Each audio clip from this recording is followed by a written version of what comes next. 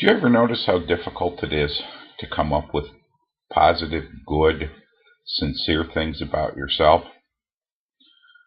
I could sit here for 15 minutes and tick off my shortcomings and failures and not come up for air.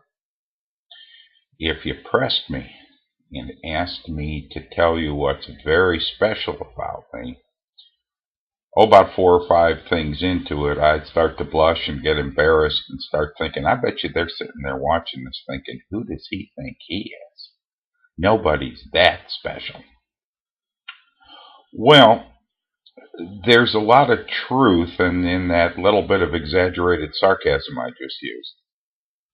Because we don't think we're that special.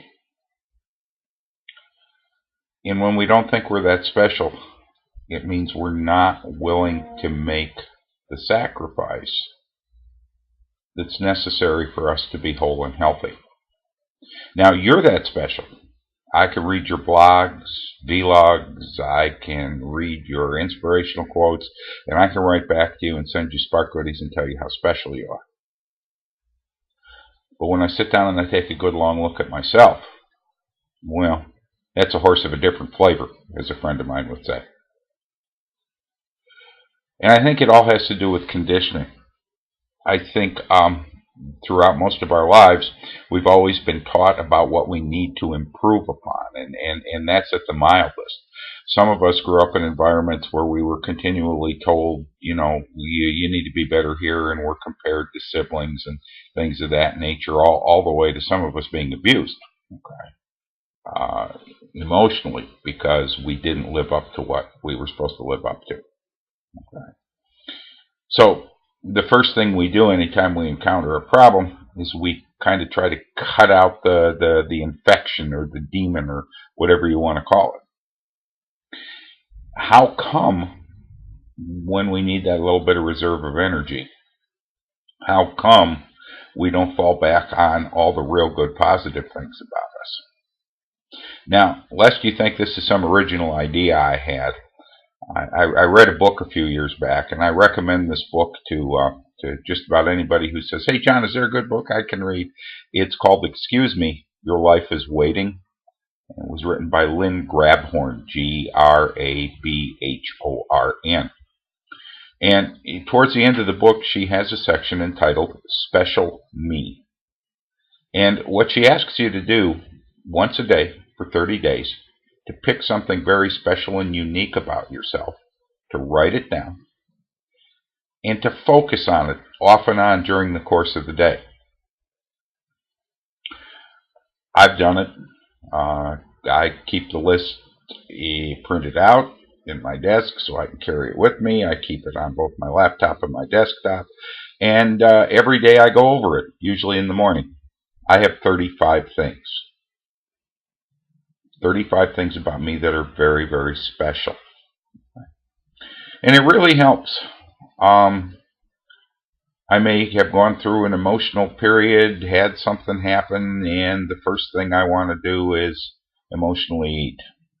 And I need a little bit of extra reserve. I start thinking about all the special things I do. All the good things about me, all the positive things that help other people, make this planet a better place to live on. And then I ask myself that question that I know a lot of you roll your eyes and you get tired of hearing. Are you worth it, John? Are you worth not eating the slab of cake or the McDonald's French fries? Are you worth that? Well, yeah, you are, because look at all the special things you do.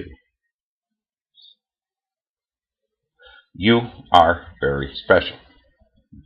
And I oftentimes think that if we were exposed to a barrage of being told how wonderful we were, in short order, excuse me, that was a fly.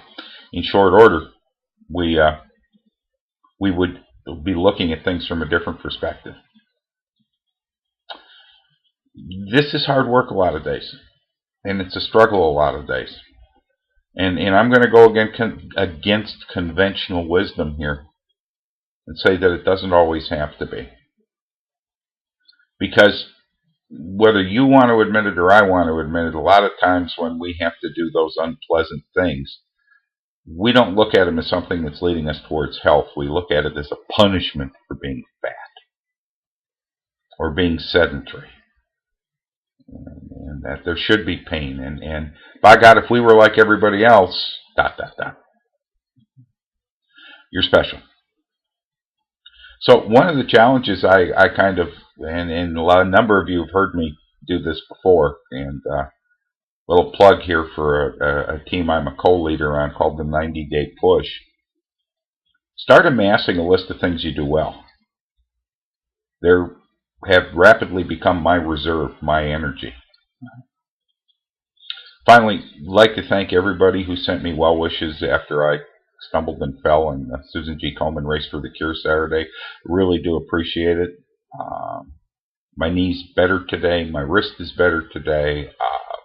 Still can't really type as well as I'd like to. But at any rate, thank you very much. And just remember, you're all very, very special people. You all deserve the best. And you hang around with wonderful people. Don't believe that? Go look in the mirror. Hope you have a great Tuesday.